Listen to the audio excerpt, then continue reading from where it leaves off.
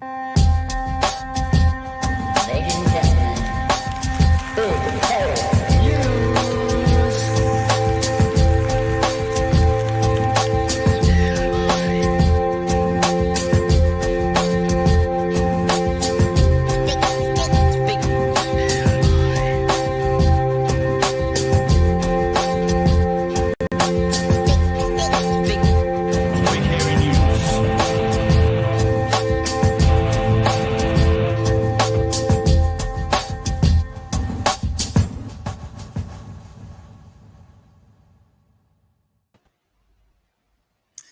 Tēnā tātou e tiwi, nau mai haramai ki tēnei hōtaka o Big Hairy News. My name is Tania Waikato. I am your special guest host tonight for the special episode of BHN on the Regulatory Standards Bill.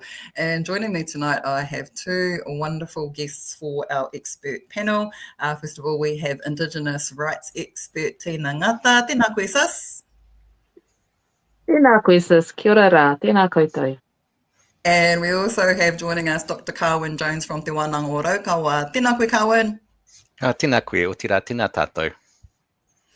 Okay, so as we always do with our podcast, we're going to start off with a paku karakia before we get started. And as it's very, very close to Matariki celebrations in Aotearoa, we're just going to give thanks to everyone for everything that we are all receiving. And at the end of this year and the beginning of our Tauhau Māori, we're just going to take a moment to reflect on that as well. So, kia nui tātou.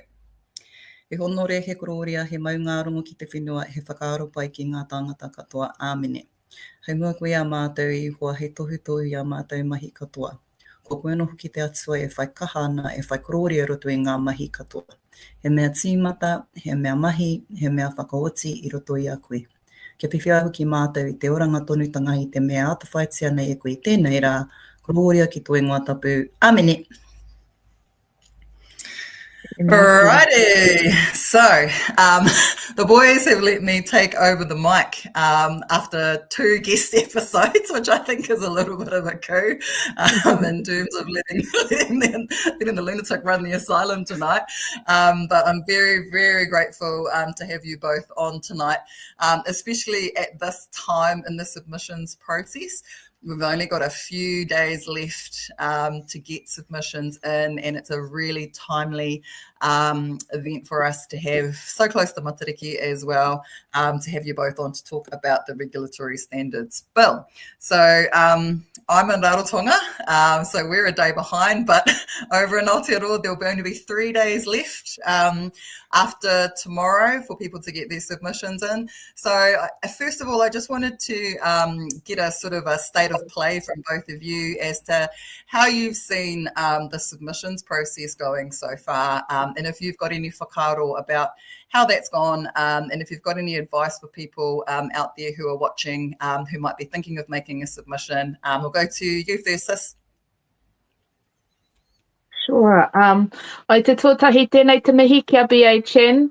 Thank you very much for allowing us to take it. Thank you for ceding space to us to be able to have this conversation. And to you, sis, also, thank you very much for starting us off i raro I te maru o te wāhi ngaro.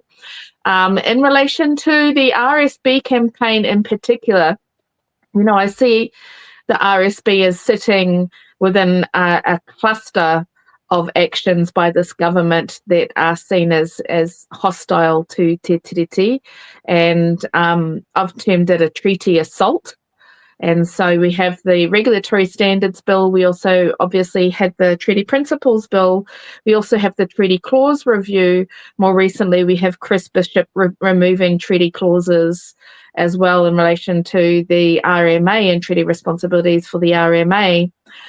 We also have what some would call hostile appointments to the Waitangi Tribunal as well. Certainly, it's the most audacious upfront attack upon the political status of our treaty. Of course, it's not only about political status; it's also about the protections that this government that the treaty provides for iwi Māori in the face of Oh, you've dropped out. Well, while she's reloading, hopefully, we'll come to you, Carwyn. What are your whakaaro about where we're sitting at in the submissions process for the RSB so far? Yeah. So, I mean, I think it is, as Tina was saying, really important to see this in the scheme of all of these other measures which are taking place, and all the other actions of resistance that we're also seeing. So, you know, the submissions is part of that, but we know there are kind of other means of resistance as well that people are engaged in. And one of the things that I think is really important is taking the opportunity of these issues and the opportunity to wānanga about these issues, to come together, to use that as a kind of exercise in community building and community strengthening. So, you know, I think even just that process of coming together to wānanga these issues, to support each other with the submission process is important. But it's also, of course, really important to get the submissions in and to demonstrate that there's real opposition to this bill, because I think that, you know, puts pressure on the government, and particularly on National and New Zealand Firsts, you know, because we know this is coming from an ACT Party policy. So it puts pressure on the government, but it also, I think, makes it easier for a future government to repeal this. If they know there's been significant opposition to it, they can be confident that, you know, that will be a smart move to do that. So that, you know, and so it's been really great to see, you know, the number of people who are engaging in these, getting their submissions together, organising to run submissions workshops, you know, and of course you've been leading a lot of that work, but it's amazing to see this happening, you know, throughout all our communities, and coming off the back, I think, of particularly the Treaty Principles Bill. Yeah, so I think we're really important to get those numbers up to demonstrate that opposition, that strong opposition to the bill. Yeah, and a couple of the points that you've brought up there around the building of the community and the strengthening of the hononga between all of our volunteers, just in the group that Tina and I initiated, has been amazing. We started off with just over 400 people that we trained to do the workshops, and then that's exploded into over 3,000 people in our trainers group now. And just the seamless way that people are just mucking in, you know, helping out where they can, and we're all throwing, you know, hundreds and hundreds of names at them, you know, daily, and they're all just getting it done, you know, around doing the dishes and looking after the kids and all of those other everyday normal things. It really is, for me anyway, it's an honour to work with all of these people who just care about their communities and care about each other, and they're willing to, you know, give up their spare time to get out there and put on workshops, and even the ones that can't put on workshops, you know, they're willing to sit there and put up with this horrible website that keeps crashing every bloody day. So yeah, that's for me anyway, that's been the massive sort of bright highlight out of this ugly process and the previous process under the Treaty Principles Bill, is seeing that really beautiful blossoming of that community spirit. And also another thing too that I've noticed anyway personally in the thick of where we are now in the submissions process, is there's this new feeling of political consciousness that I haven't seen prior to this, and it's just flowed from the Treaty Principles process into this process, and now we're really, really starting to see people understanding that, you know, they have a voice and they have a way to participate, and all we're doing is giving them tools to make that easier for them, and giving them, you know, better ways to access it, so that they understand, okay, I can make a submission, or if I can't make a submission, then I can give it to this person and they can do it for me. And all of those things together, I think, are really contributing to an awakening of not just our people, but communities across the country who are realizing, okay, we can actually do something about this government. We can actually respond, you know, together to what's going on. And that's just amazing for me. Kia ora, sis, you're back. Can you hear us? All right. I can hear you. I can hear you. I suspect it's it's our Wi-Fi out here, out in the valley. We've got a lot of storms coming in at the moment, so it's a bit patchy. So I'm not sure where I got up to. I might have just rabbited on for ages to nobody.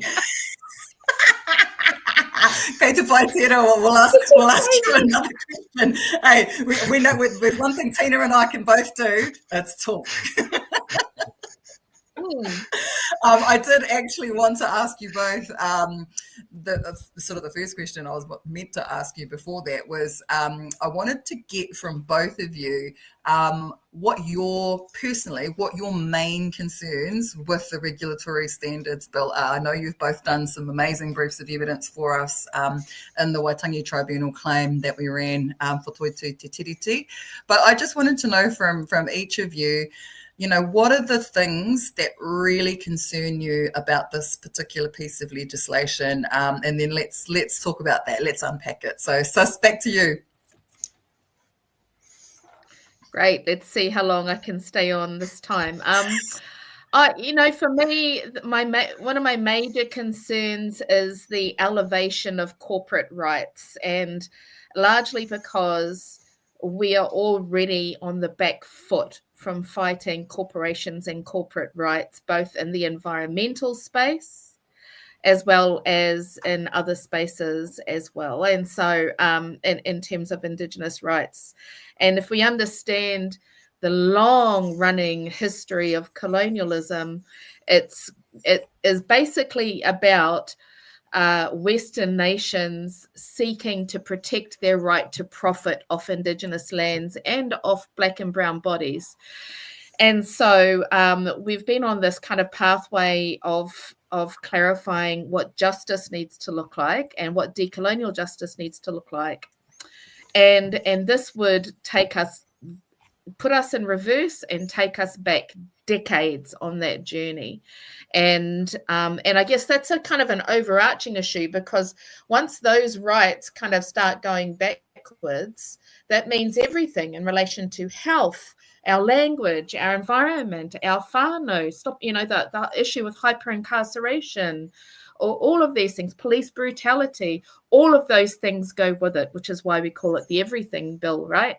But yeah, it's about, I guess, just that regression of on our decolonial journey and the elevation of corporate rights, which is really the elevation of colonial entitlement, the elevation of of corporate rights. It's heartbreaking for me, because I think of all of our stalwarts of the past. We haven't arrived to our status of the reo without generations of sacrifice and commitment. We haven't arrived to our protections around our taiao and waihi tapu without generations of work. And I think about all of those people, Papa Moana, Papa Sid, Te Te Whai, Ngā Neko, everybody who has trod that path before us to get us to this point. And then, of course, now they've left this side of the veil, and now they're they're with the ancestors. But for me, it's heartbreaking to see this piece of legislation that could just lay waste to generations of advancements in human rights and treaty justice. So that would be probably my standout concern. Ka pai. And same question to you, Carwyn. What are your major concerns with this piece of legislation? Yeah, I think in many ways it's the same kinds of issues that Tina has talked about. I've sort of been thinking about it in terms of the kind of erosion of public rights and public protections and devaluing the public good at the expense. So you're prioritizing protection of individual wealth and property and profits of corporations at the expense of the public good and at the expense of protections for the public. And as Tina says, that covers a whole lot of things. So, it means that, the protections of human rights recognised in the New Zealand Bill of Rights Act are deprioritised and degraded. It means te tiriti is degraded. And so everything then just becomes filtered through this lens of this very libertarian ideology, which is all about the kind of accumulation and protection of individual and corporate wealth. And what it means is that, you know, all those public goods are slower, at least slower to be recognised or given effect to. So, you know, the intention of the bill, we know it doesn't stop a future government from doing something, but it intends that everything is filtered through this libertarian lens. And what it will certainly have the effect of doing, if not stopping some of those things, it will make the government much slower to act. And we know that in areas like environmental protections or in issues relating to public health, that slowing those measures down has a real measurable cost in lives. Yeah, and I think in terms of some of the discussions that we've had during the multiple online podcasts that we've been doing, you know, right across this whole period, that is one of the key issues that keeps coming back in terms of the human cost that this bill will have. We had Lady Tireti Moxon and Dr. Hinemore Elder give evidence for us in the tribunal, and some of the evidence that Lady Tireti gave and her council's submissions on behalf of her pointed out that very real cost in lives that these changes to our health system are already having, that will just continue to be exacerbated under this framework which prioritises, you know, cost-benefit analysis and individual rights against the greater good or the greater, I suppose it's this thing we were talking about earlier, the community values and this idea of people looking after each other rather than, you know, every individual for themselves, which is, for me anyway, it's such it just goes against the grain of what Aotearoa was built on, and not just from a Māori perspective. I think there are a lot of New Zealanders out there who would go above and beyond for their neighbours. It's something that I think Aotearoa is quite proud of, is, you know, when we have a disaster or when we have, you know, people hit hard times, people do help each other out. And it's something that I think is being very much maligned and is deliberately being pushed aside by the ACT Party and by pieces of legislation like this, and pushing us into this very individualized, capitalist, sort of libertarian ideology. And I hate using all those words because, you know, a lot of our whānau don't understand what those concepts mean. But basically it means that they're trying to make everyone selfish, and they're trying to make everybody just care about their own individual welfare and not about helping people who are less fortunate or people who have greater needs, and basically dividing us into groups so that they can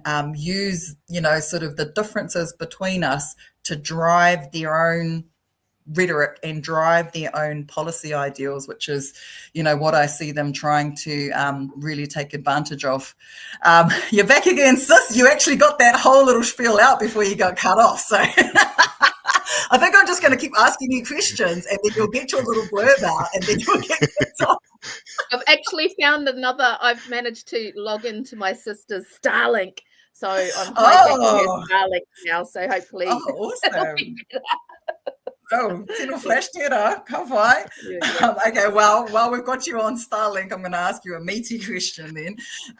So your evidence in the tribunal focused on the human rights sort of aspects of this legislation, and also on some of the international commitments that New Zealand has, and how this legislation is basically heading 180 degrees in the wrong direction in terms of New Zealand's obligations under those international instruments. And I was wondering if you could just give everyone who's watching your elevator pitch version of your evidence so that people can kind of understand, you know, how this legislation fits in within that international human rights context.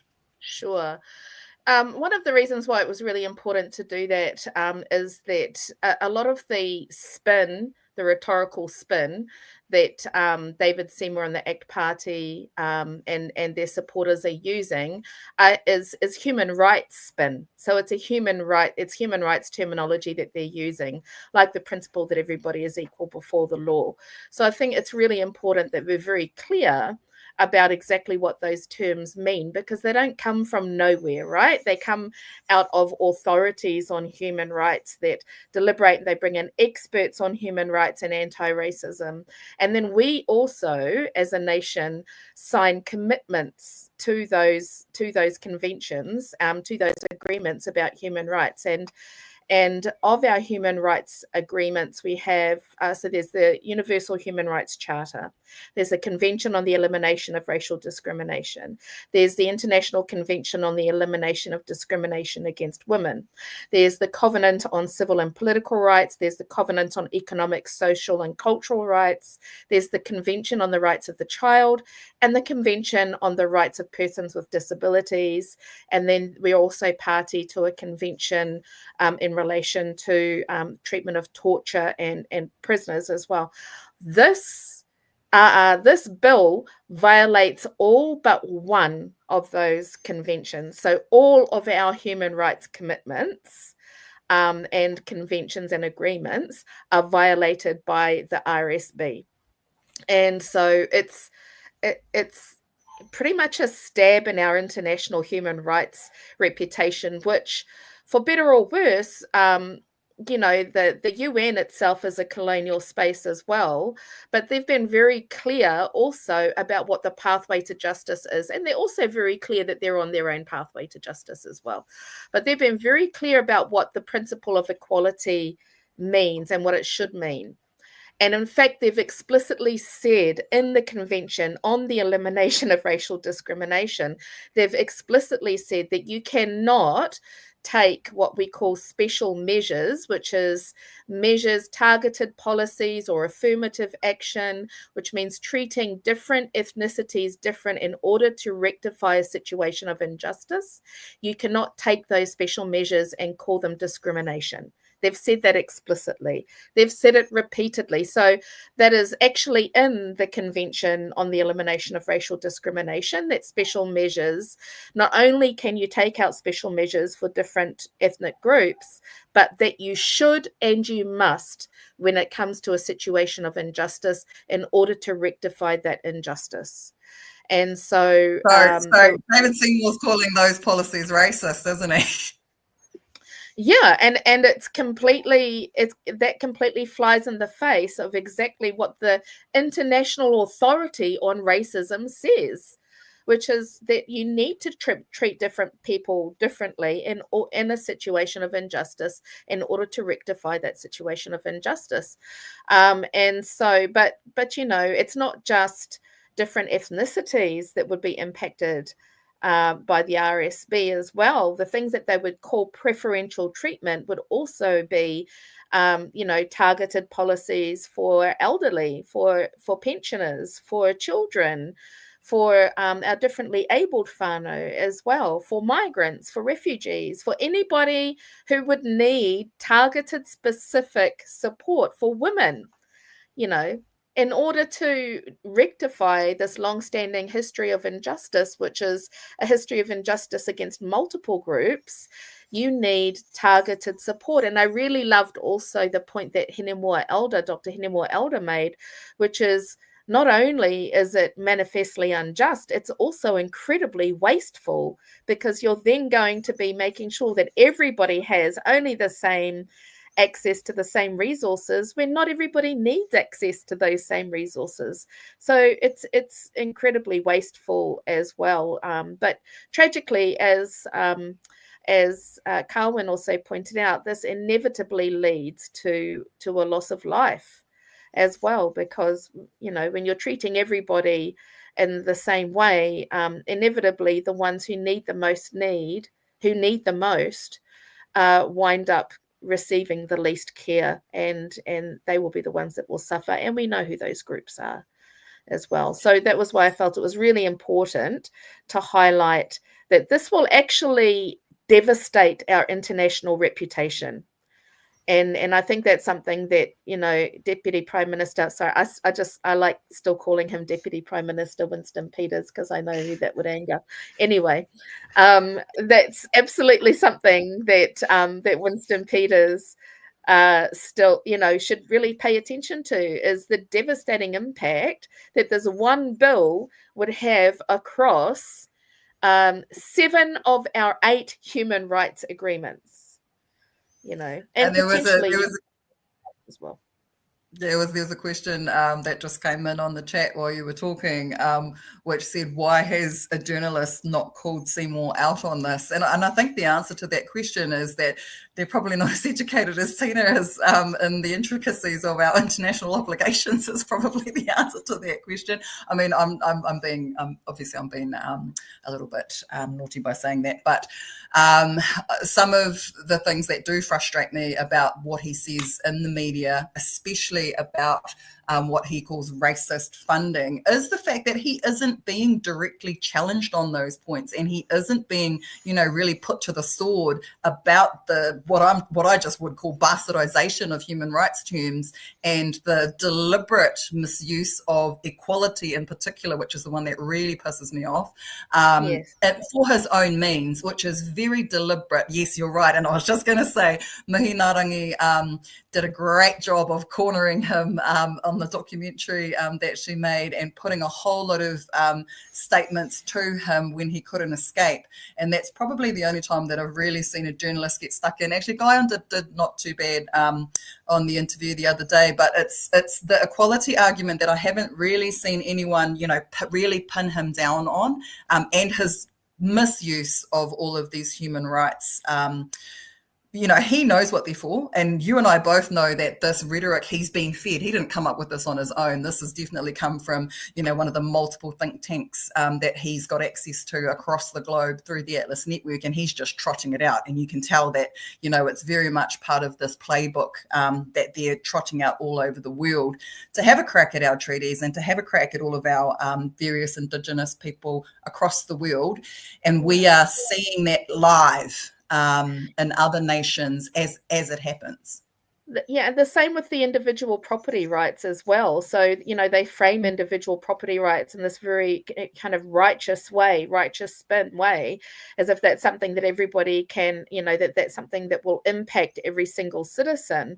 But, our individual property rights are also discussed in the International Covenant on Economic, Social and Cultural Rights. And they say very clearly there that individual property rights need to be balanced and understood within the context of community and collective rights, particularly where it impacts culture, and so, the fact that they would be, elevating, and it's lying by omission as well, because they talk a lot about individual property rights, but what they're not talking about is what are the things that we have collective rights over.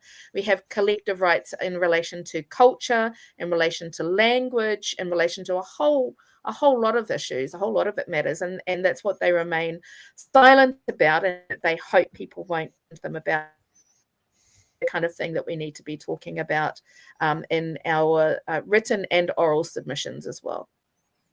Yeah.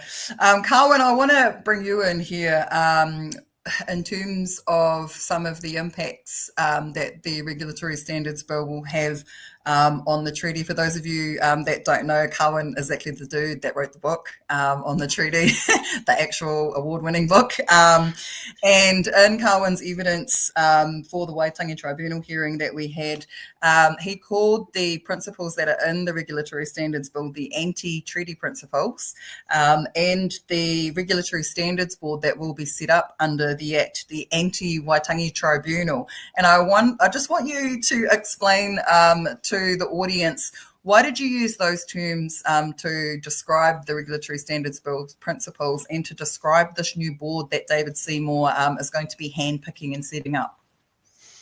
Yeah, well, I mean, partly, of course, this comes in the wake of the Treaty Principles Bill, and as Tina outlined earlier, a whole lot of other things which are intended to try and remove certainly Māori rights and input into policy processes and a whole range of things.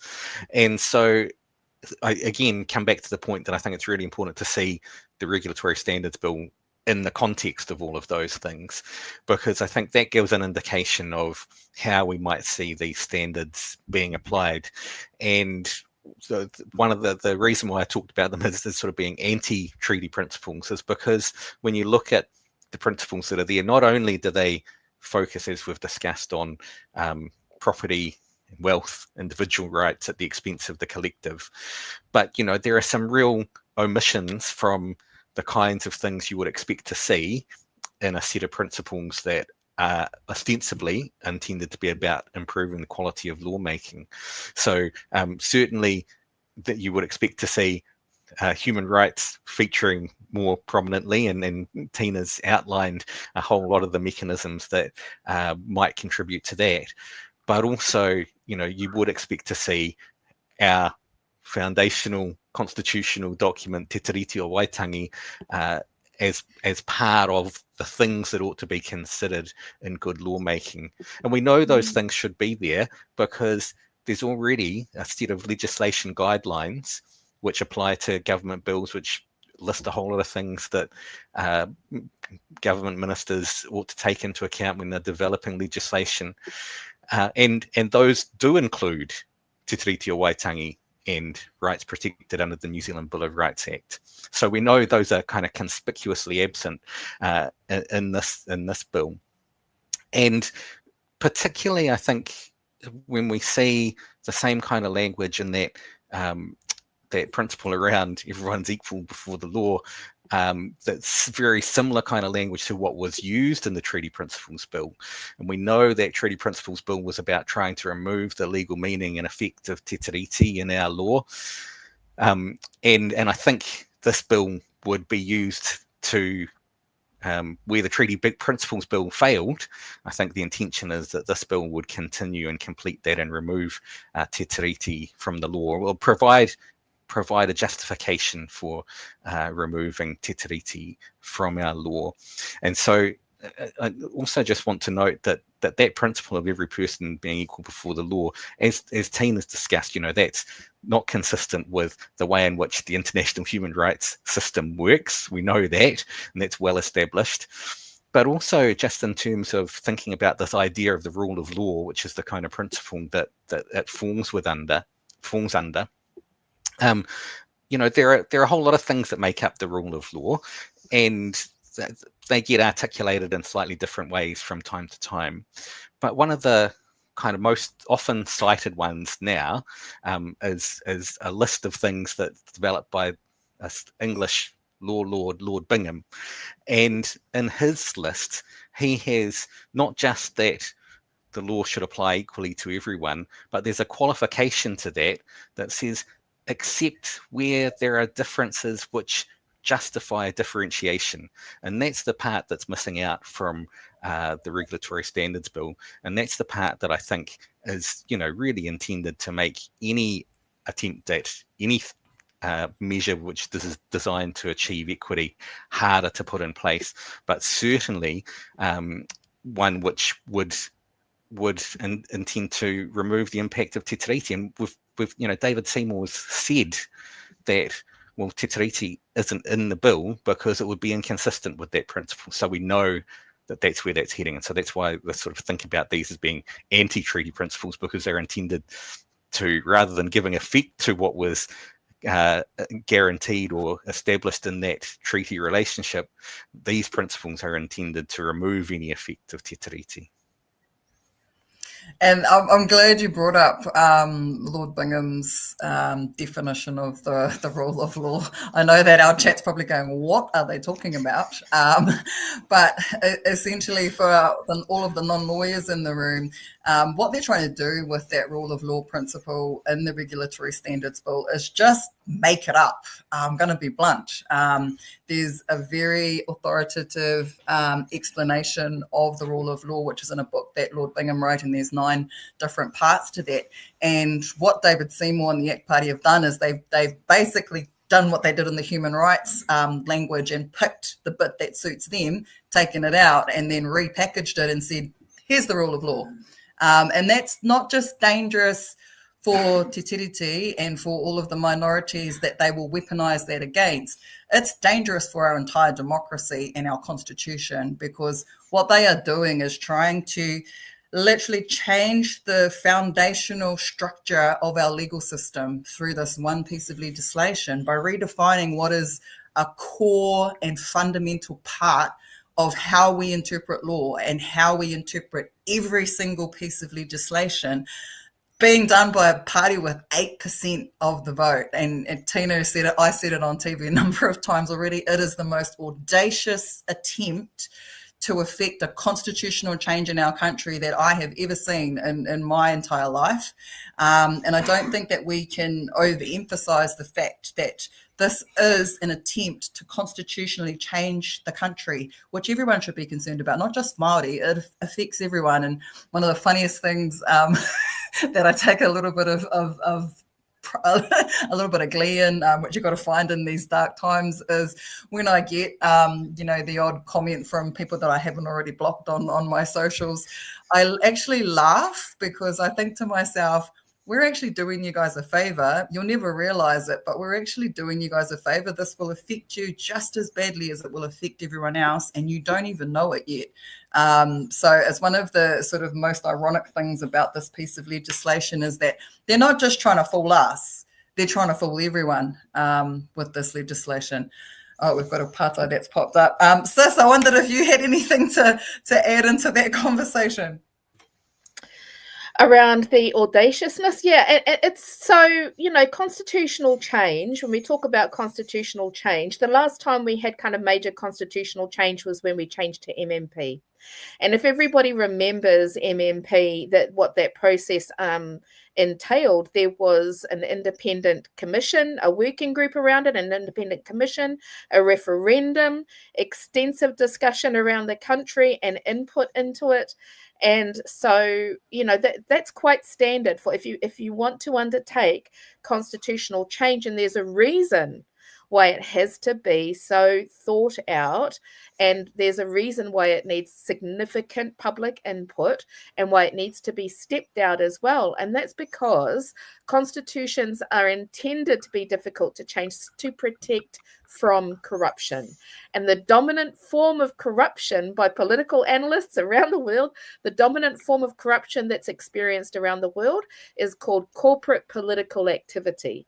It's the influence that corporations, the undue influence that corporations have upon governments. In fact, they have more influence upon governments than the people that vote those governments in. And so that's seen within political, studies spaces and political research spaces as being the dominant form of corruption. And one of our protections against corporate political activity is to make constitutional change very difficult. And that is absolutely the opposite of what's being done. They're trying to ram it through. There's minimal time for public engagement. They have not engaged with the treaty partner. They're trying to do it in a 6-month period. And you compare that to the Māori discussions around a treaty-centred constitution, which started started a long time ago, even,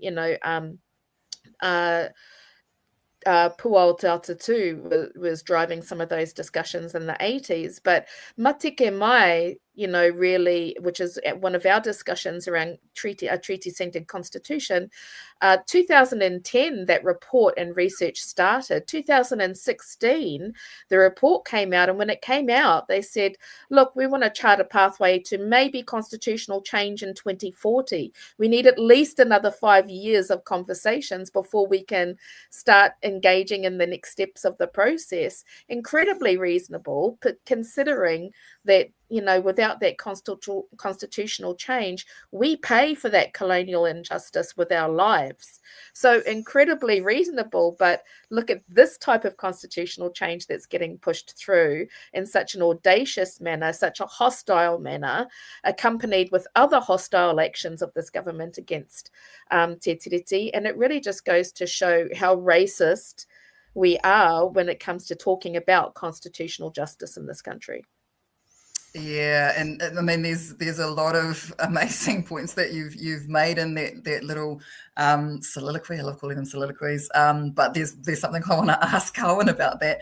I actually wrote in my submission that I've nearly finished today that this is an attempted legislative coup d'état, which again is another word that I shouldn't be using.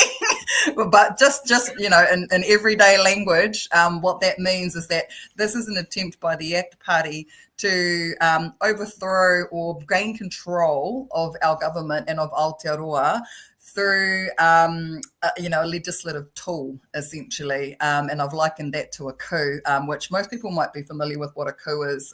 Usually it's undertaken by the military and a small group of people who just grab power, is essentially what it is.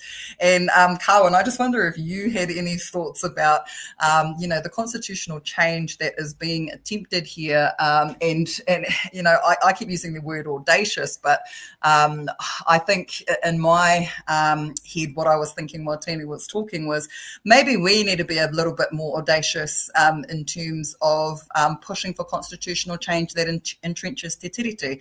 Do you have any thoughts on that? Yeah, so I mean, I think certainly this is a significant constitutional change, and we've talked before about how it's not binding future governments, but it is going to filter everything through this particular lens.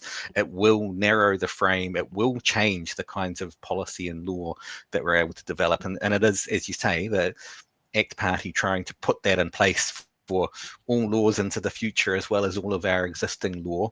And to come back to something you talked about earlier, Tania, these are not values that most New Zealanders would agree with. This is a very radical vision of how you would protect individual wealth, and that feeds into Tina's comments around the importance of getting good processes and legitimation for kind of constitutional change. And I think the Mātake Mai work is a really good example of that. And so, yeah, I mean, I think we should be pushing for seeking more constitutional protection for te tiriti, but I think the approach is to very much follow that path of Mātake Mai, to have those conversations with lots of different people and communities and talk about what that might mean and how that might be a different kind of vision than certainly the one that's being proposed in the Regulatory Standards Bill. And yes, that would, I think, ultimately we should be looking for means of implementing that. We do want a significant, and I think lots of people in Aotearoa actually want quite a shift in the kind of culture around our politics and our parliament and our lawmaking. But to do that, I think we need to have those deep conversations and wānanga, and these conversations around some of these pieces of legislation are really good starting points for some of that, because they raise those kinds of issues about who gets to make decisions, what are the things that they refer to, what are the limits on their authority, all of those kinds of questions. And it's useful for us to, in community, to wānanga those, to have discussions, to think about what are the things that are important to us, how are we going to express our values. And Mātake Mai is a very values-based document of thinking about how we might look to constitutional transformation.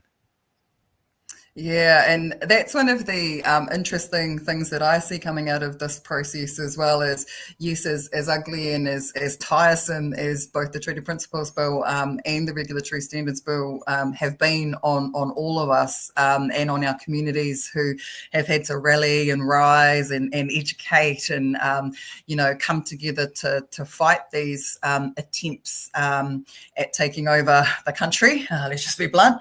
I also do think that it has triggered conversations like we're having right now, and Tina and I have been involved in multiple different conversations along this. And what I have seen is definitely, people are thinking about these big questions. What are the things that we want to see in our constitution? What are the things that we don't want to see happening, over and over again in our political system? And what are the things that really matter to us as a country?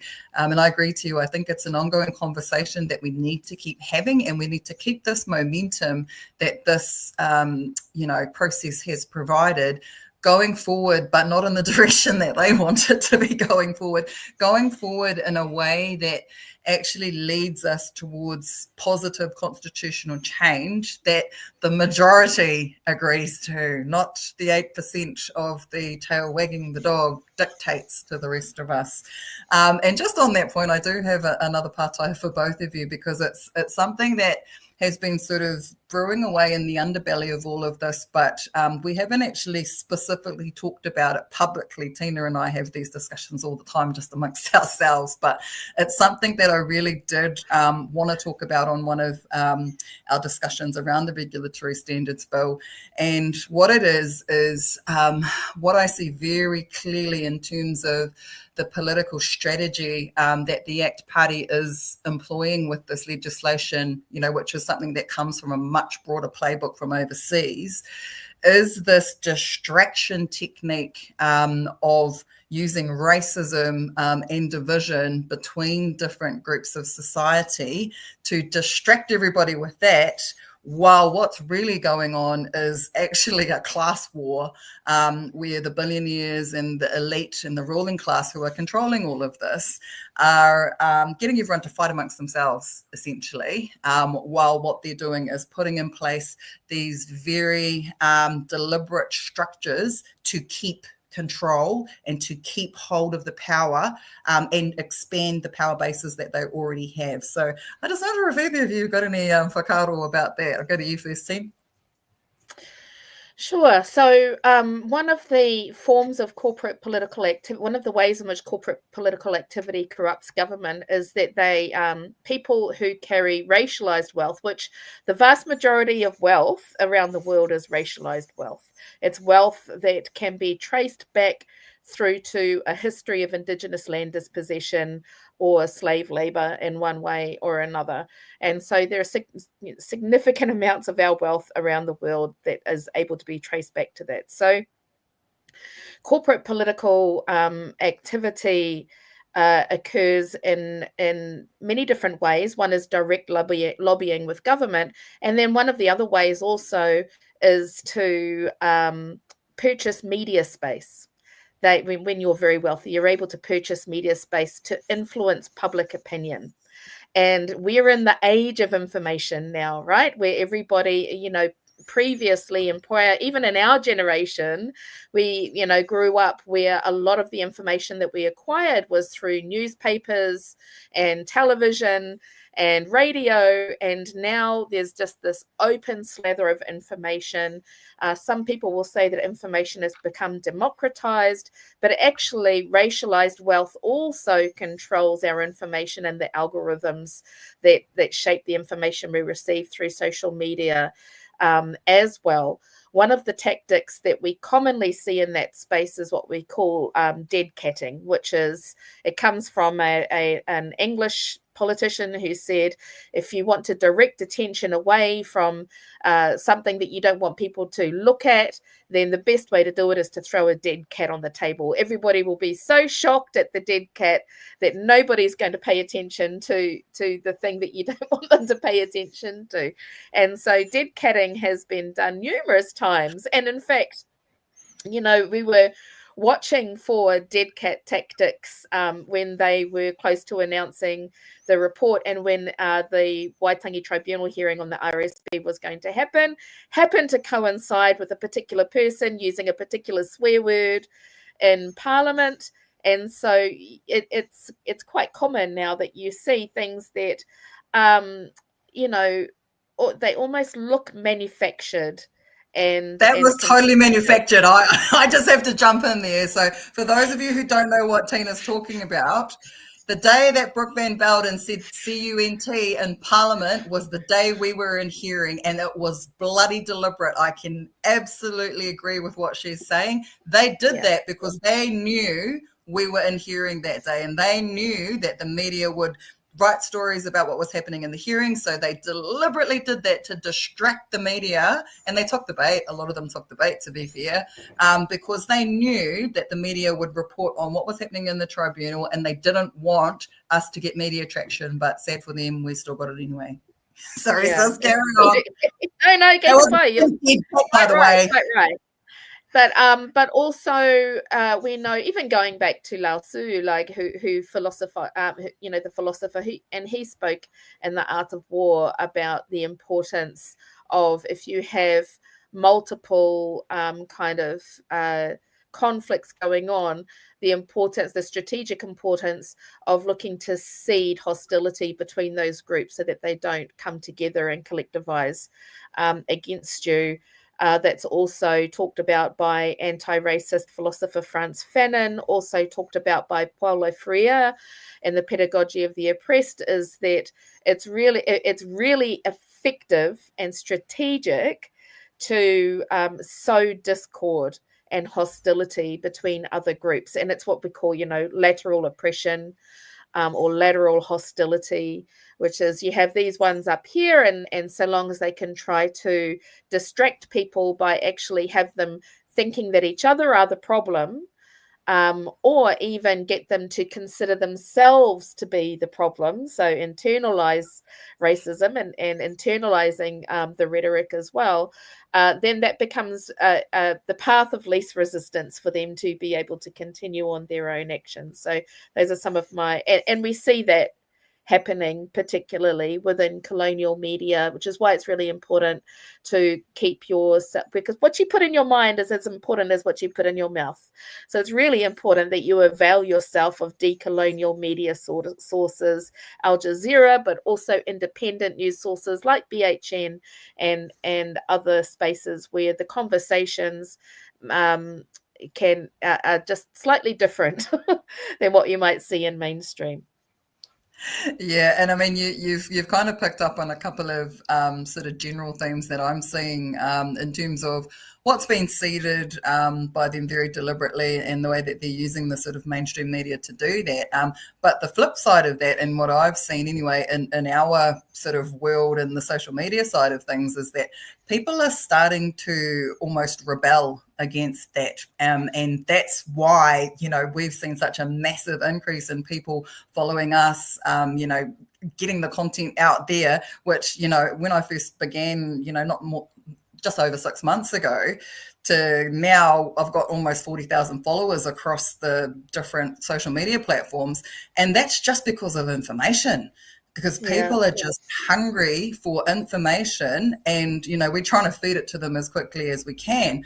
But what I have definitely noticed is that people want to hear the truth. And they don't want to hear the media spin version of the truth. They just want to hear okay, what actually happened in this situation? And can you break it down and explain it to us in an everyday way that we can understand? And there's such a massive hunger for that, as much as social media can be such a minefield of misinformation and this, that, and the other, what I've found is that it's also a tool that we can use to communicate without that veil and without that spin and without that pollution of, whatever the corporate ideal is or whatever the political ideology is that someone's trying to push of the day. So, I know you do this. Oh, I just wanted to say, because I didn't want what I just said to be misinterpreted as something that condemns media outright. I know there are a lot of very good people in media, but I also know that mainstream media have to lawyer up consistently because corporations and politicians are incredibly litigious against mainstream media, which restricts their ability to be able to speak as freely as what many of them would like to. However, just to bring this back to the RSB, is that the opportunities that are opened up within the RSB for litigation against individuals and businesses can also be enacted against people who are using their free voice on social media as well. There's a whole lot of legal risk that is opened up for people who could be using or creating their own media in a way that would impact upon corporate profits, and that could wind up in a litigious space. I just wanted to point that out. Thank you. Sorry. No, that's an amazing point, because I have said that in a number of the workshops that I've run, is that if this bill gets passed, we might not even be able to have these conversations, in a short space of time, and we might not be able to broadcast the things that we are broadcasting and have these conversations in a very open and transparent way, which is one of the great ironies of this piece of legislation that is supposed to promote transparency in lawmaking. Carwyn, I want to give you a turn on this topic.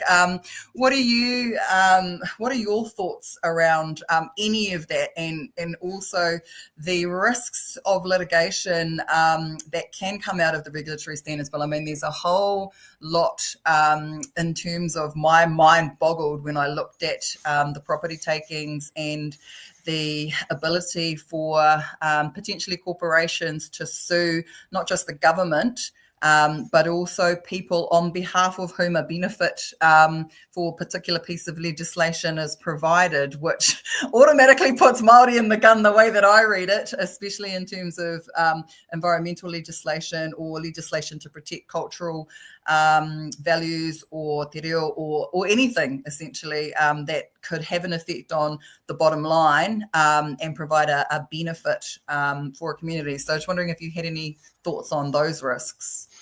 Yeah, well, as you say, it creates a kind of really messed up way in which you might try and seek compensation for people whose land or waters you might be polluting if you're stopped from polluting them. And I think we should acknowledge that the bill tries to set out some provisions to say, this isn't going to create any new legal rights, and try and say, oh, well, there's nothing to worry about there. But of course, the thing that we know is that, particularly with corporations with deep pockets, that they will use litigation even if they don't think there's a good chance of success.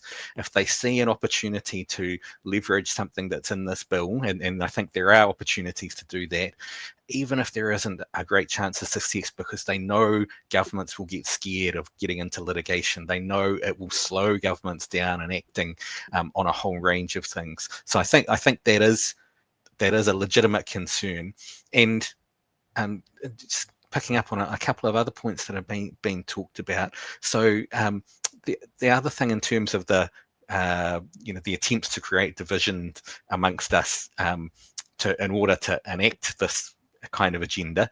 One of the things I thought was really interesting about, particularly around the Treaty Principles Bill, was the number of tangata tiriti who became quite active and visible in solidarity there, and not only just because they could see an injustice for Maori, but also because, and people articulated this, that the protections of te tiriti are actually one of the last obstacles that are standing in the way of the kind of corporate exploitation of our natural environment. And people recognize that. And so people, I think, many people understand that those removing rights under te tiriti does have a significant detrimental impact for the environment and for all of us. So I think it was really good to see that solidarity on that point, and not just on that point as well. Yeah, and I, for me anyway, it was one of the most heartening things about the Treaty Principles Bill process is that we had such a broad spectrum of tangata tiriti come out in support of not just us, but of te tiriti. And some of the former politicians and former prime ministers that, sort of came to the fore and came out of the woodwork in support of te tiriti, and of the way that te tiriti actually does guarantee all of us rights, not just Māori, which is one of the great lies that's being told by David Seymour in the ACT Party at the moment, is, this idea that Māori get special treatment under te tiriti, and it's just a Māori thing, and it's not what it is, which is a partnership between the Crown and Māori, which does protect our country, the physical part of our country, from exploitation, especially from overseas foreign corporates who would love to come and ransack and rape and pillage Papatūānuku if they were given the opportunity to do it. And I think what we're seeing now is that, you know, they are very much throwing a whole lot of money at the ACT Party and ACT David Seymour in particular to try and make that happen, because they know if they can get rid of Te Tiriti, you know, the rest of the pathway is so much easier and so much clearer for them. And this is the big play for it, which is something that I've been saying for a long time. The Treaty Principles Bill was it was a dead cat in one way, you know, so that everyone was distracted over on that side while this bill, you know, sort of went along quietly in the background.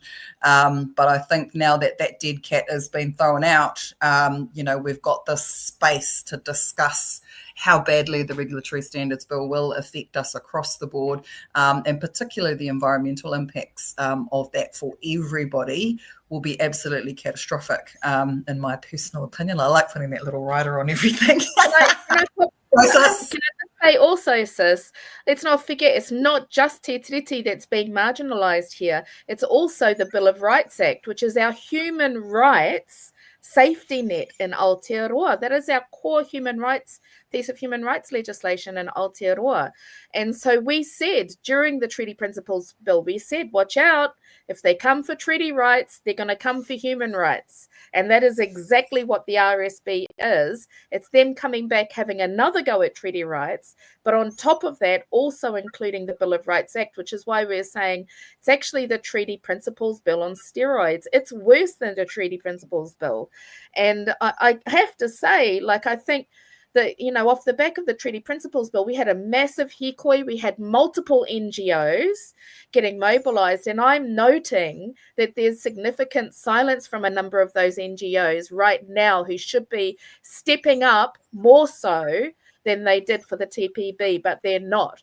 And it's actually, for me, I think, a real testament to those who are that we've gotten the results that we have, because we've actually have much less support under the RSB than what we had for the TPB.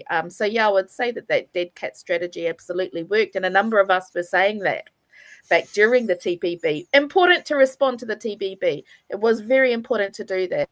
But we have to give the same, if not more, energy to the RSB because it is on steroids and it does do the same thing to the Bill of Rights Act, which is our human rights legislation, that it does to the treaty principle, to Te Tiriti o Waitangi. Yeah, and that's a really important point that I think is one of the many, many points in this bloody bill that affects so many different rights across the spectrum. But that's a really important constitutional issue as well, because, you know, I think a lot of people, and let's just spend a little bit of time on this because I said we were going to finish it in an hour, but, you know, the kōrero was so good. And I really want to make the most of it while I've got both of your big brains here to talk to the people that are listening to this. And one of the things that I've been asked so many times, and I haven't had the opportunity to really sort of explain to people what the answer is this idea in Aotearoa that we have an unwritten constitution. And a lot of people say, well, how can they be doing this? Like, how can David Seymour get away with this? And how is it possible that, you know, why doesn't the Governor General do something about it? And all of those types of questions, which are all really come back to this idea of us having an unwritten constitution, which is made up of a whole lot of different things, including the Bill of Rights, including all of our human rights legislation, including Te Tiriti, including all of these constitutional conventions that we have that, you know, say how the government works and how different parts of the constitution function together. But the big but in all of that is because we don't have one single written constitution that everybody agrees is above everything else, there is this wiggle room and there is this sort of flexibility, which is a good thing in some ways, but this has illustrated how it can be a bad thing because this piece of legislation is now coming over here and slotting itself in as part of that unwritten constitution and pretending that it's not, but it absolutely is. And it's going to have all of these very impactful effects on the other pieces of our unwritten constitution, and that is how they are doing it. And so I just wondered if both of you, actually, I'm going to give both of you a chance to talk about this topic, because I think it is important to help people understand, number one, how they're doing this, and number two, why our unwritten constitution essentially allows constitutional change by stealth, which is what we've called this from the beginning, and such an audacious attempt at doing that. So I'll go to you first, Carwyn. What do you think about this whole attempt at rewriting our unwritten constitution?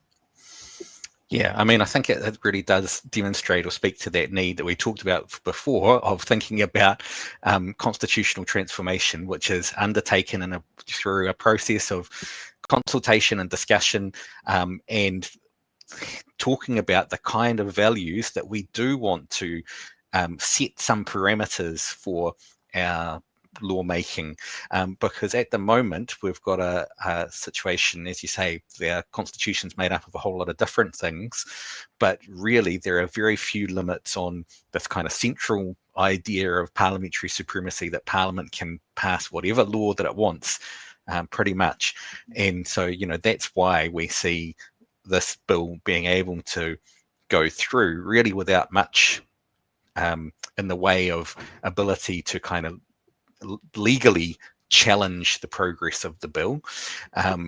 And what it will do is it is trying to set in place some parameters or narrow the frame of what future law will look like, or what all our law will look like as well. So I do think it is will have a constitutional impact, and this certainly hasn't gone through the kind of process that you would expect for legitimate constitutional change.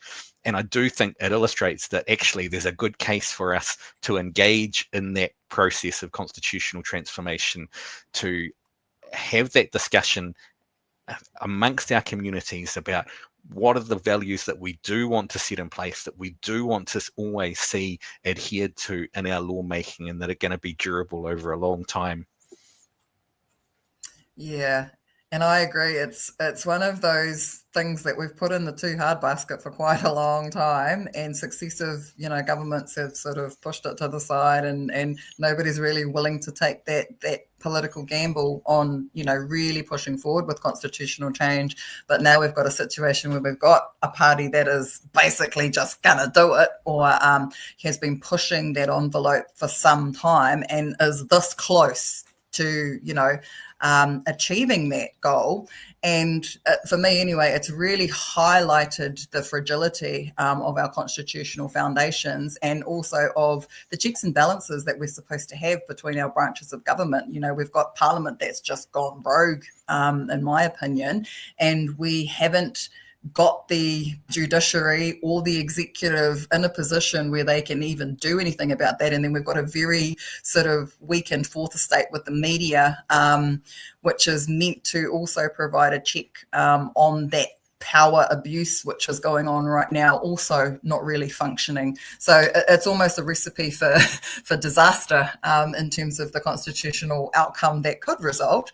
But, and here's the let's talk about the potential, and let's talk about something that might be a little bit more hopeful around what we're seeing happening at the moment.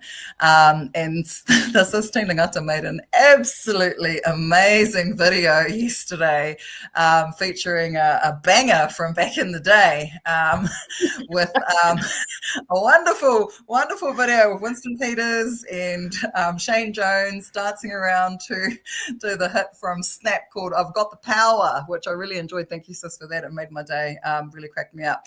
So I wonder if you could just explain the context behind that video, and what the political ramifications that we're looking at now, as we come to the close of the regulatory standards bill submissions process on Monday. And we already know that we hit 76,000 submissions. I know there's been thousands that have gone in since then, and I'm really hopeful that we're going to crack that 100,000 submission mark. What was that video all about? So that the video was the snap was actually your birthday present, sis, and happy birthday to you, you beautiful being. I just thought let's give the sis something to have a giggle about on her birthday. Love that. And Love so, yeah, and so the name is Snap. The name of the band is Snap. So unsurprisingly, I thought, well, let's make a song about the snap election then, because there is a potential there. There is one of the many things that could happen in this pathway ahead.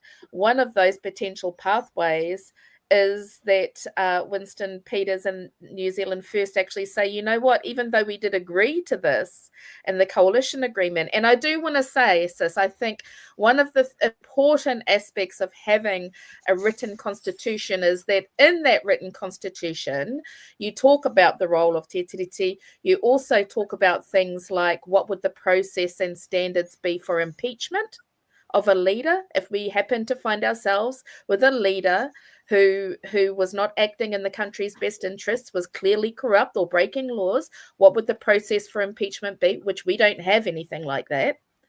And it would also include things like what would be the standards upon which you could build a coalition agreement. So you should never have been able to sign a coalition agreement and form a parliament based upon an agreement that includes human rights breaches, for instance. And so that would be the kind of thing that you could put in there. But that said, even though New Zealand First signed that agreement, and I want to point out again, they signed an agreement that had a constitutional law in it that had not yet been written. It could have said anything in there, and they agreed to that, which is, incompetent in the extreme. But anyway, I also want to just to point out that when it came to that video, was really highlighting the fact that of all the political parties and of all the political players, if there's one party and one player who would actually say, you know what, yeah, we signed that agreement and we don't agree with it, and we're not going to go along with it, we're not going to pass it, it would be Winston and New Zealand First who would do that. They are that bold. They are that audacious. And as you've also pointed out, sis, the Regulatory Standards Bill goes against the bones of New Zealand First. And so I saw some people in the chat there saying, what do we do after this? What do we do once the submissions close? One of the other things that we can do is that we can talk to our nannies, our papas, our kaumātua, our elders and pensioners and tell them, please go and write to Winston and Shane. We want you to get in contact with them, because not only is the protecting New Zealand from foreign ownership a part of the bones of that party, but also looking after our elders has always been a part of the bones of that party. And our elders are absolutely under threat from the Regulatory Standards Bill. So for those that are looking for work to do once submissions close, get out there and start talking to your elders. Get out there, go take some bickies and some pound cake and some bell tea and go visit your elders and talk to them, tell them to go talk to Winston and Shane about.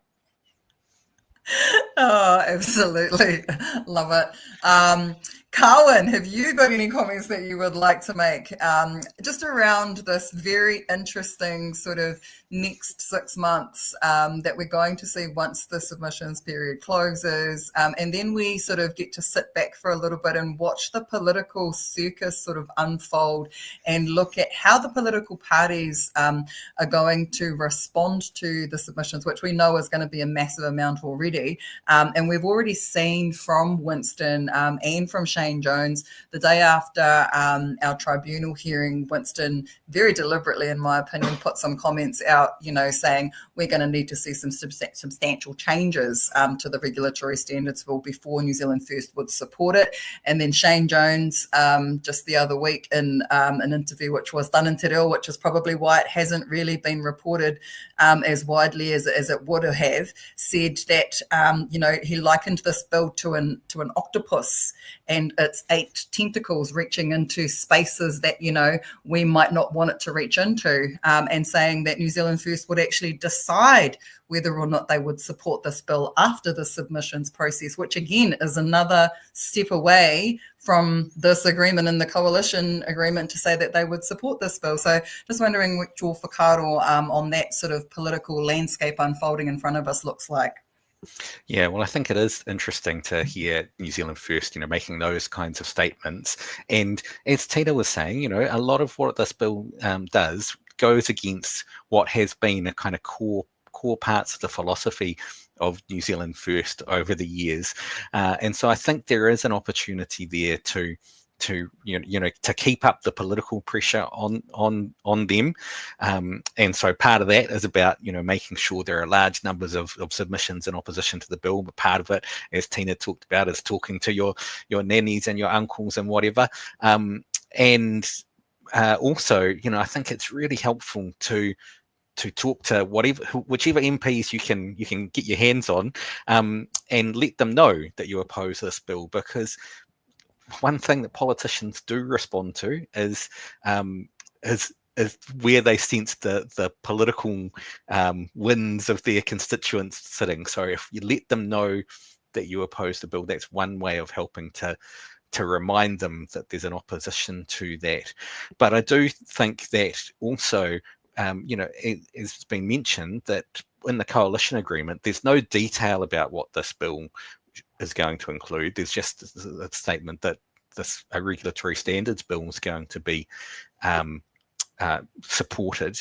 And so I think there's plenty of opportunity to, if New Zealand First wanted to, aside from just kind of walking away and blowing things up as they might well be inclined to do, I think there's also plenty of opportunity to pressure them to strip out kind of anything meaningful from this bill as well, so that if it does get passed, that it's at least not as terrible and dangerous as it is at the moment.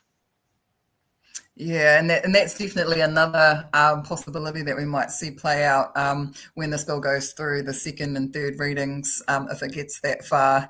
And I have heard whispers from some very reliable sources about, what New Zealand First might do as it makes its way through that parliamentary process. But we'll all just have to stay tuned and wait and see, I guess.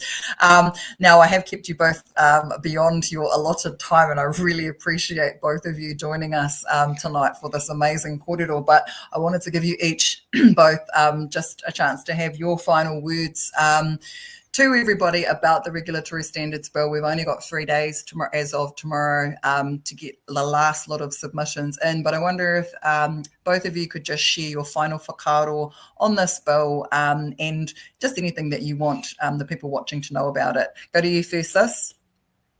Sure. There's likely not going to be another bill this significant in our lifetime. This is one of the more significant bills that we've seen to date. And of course there's work to be done for us, even beyond, looking into the next election, around making sure that we protect our tiriti and stop this from ever happening again. But for where we are right now, this is the most important thing that we are facing as a nation together, not just as Māori, but as a nation together. This strikes at the heart of who we are. It absolutely has very concerning implications for our social fabric, for our ability to be able to hold on to each other, for our ability to be able to progress and look after who we've been and who we want to be as a nation as well. So, we have our saying, me mate ururoa, kei mate whike, you need to give it your all. And that's what we've always done, right? We've been a nation of battlers. We need to give it our all. There's only 3 days left, and we need to fill those 3 days with mahi to get as many submissions as we can. We need to give New Zealand First as many opportunities and reasons to pull the plug as they can. And we need our mokopuna to be able to look back at this time and know my nanny and papa did not stand silent. They spoke up when it mattered, to look after our rights and to defend our rights and to defend who we are as a nation. There's lots of work for us to do after this as well, and we'll continue to do that. But never surrender. don't even give in to the language of surrender. We're just going to keep throwing everything we've got at this, and for all of us, for all of our best interests. Kia ora. Kia ora. Kaya koe, Carwyn. Yeah, so very much along the same lines as Tina, I think keep up the political pressure. Do that first of all by getting those submissions in and encouraging everyone to get those submissions in. But then there's more work after that to keep the political pressure on in those different kinds of ways that we've been talking about as well.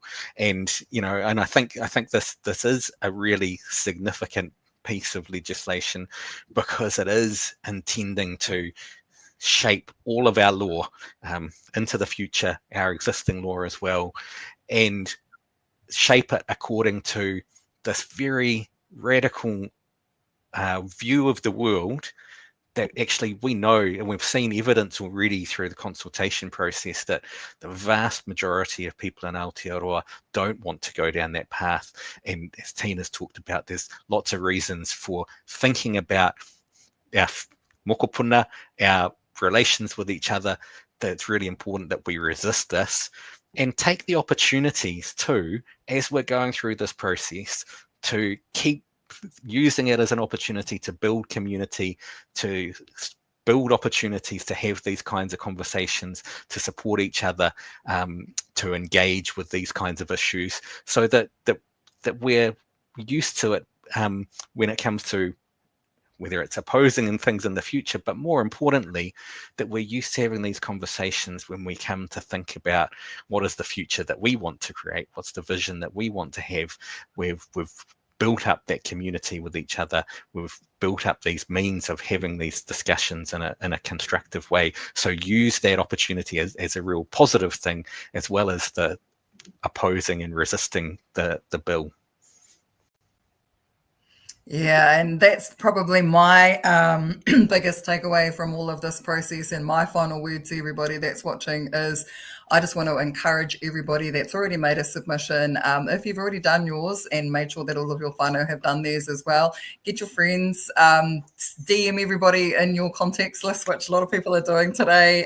If you need some help with making your submissions, we've got a team standing by. They're working around the clock to help people get their submissions done. And we're trying to make it as easy and as simple as possible because, as Carwyn said, this is a numbers game. This is about showing the politicians that there is a massive number of people who object to this bill, who object to the ideology behind it, and object to what the ACT Party and David Seymour are trying to do to our country with this piece of legislation. And the other thing I wanted to leave everyone with is, yes, this is our time. This is our shift. We are the kaitiaki of Te Tiriti for this generation, and we have to be able to look at our tamariki and our mokopuna and say we did the utmost that we could possibly do to make sure that this taonga is still there for you and the next generations coming after you, and not just for our tamariki and our mokopuna, for every person and every generation that is coming afterwards, because it does protect all of us, not just Māori. And so everybody out there, make your submissions, get them in. We got 3 days to go. Keep that energy high. We will help you if you need help. Thank you so much, panel, for joining us and staying on longer than I said you had to stay. Ngā mihi nui kia korua. Thank you. And I'm just going to close us off with a karakia to end our session tonight. Kei no tātou. Kia tātou katoa, te atu whai o tō tātou arikia i hukaraiti, me te aroha o te atua, me te whiwhinga tahitanga ki te wairua tapu, ake, amene. Thank you, chat. Thank you, everybody, for watching. Thank you, BHN. We love you. Thank you, boys. Thank you for letting me come and take over. Happy birthday, sis. Harihuri tau. Harihuri tau to you too, sis. See you guys. Thank you, everyone. Pō Mārie.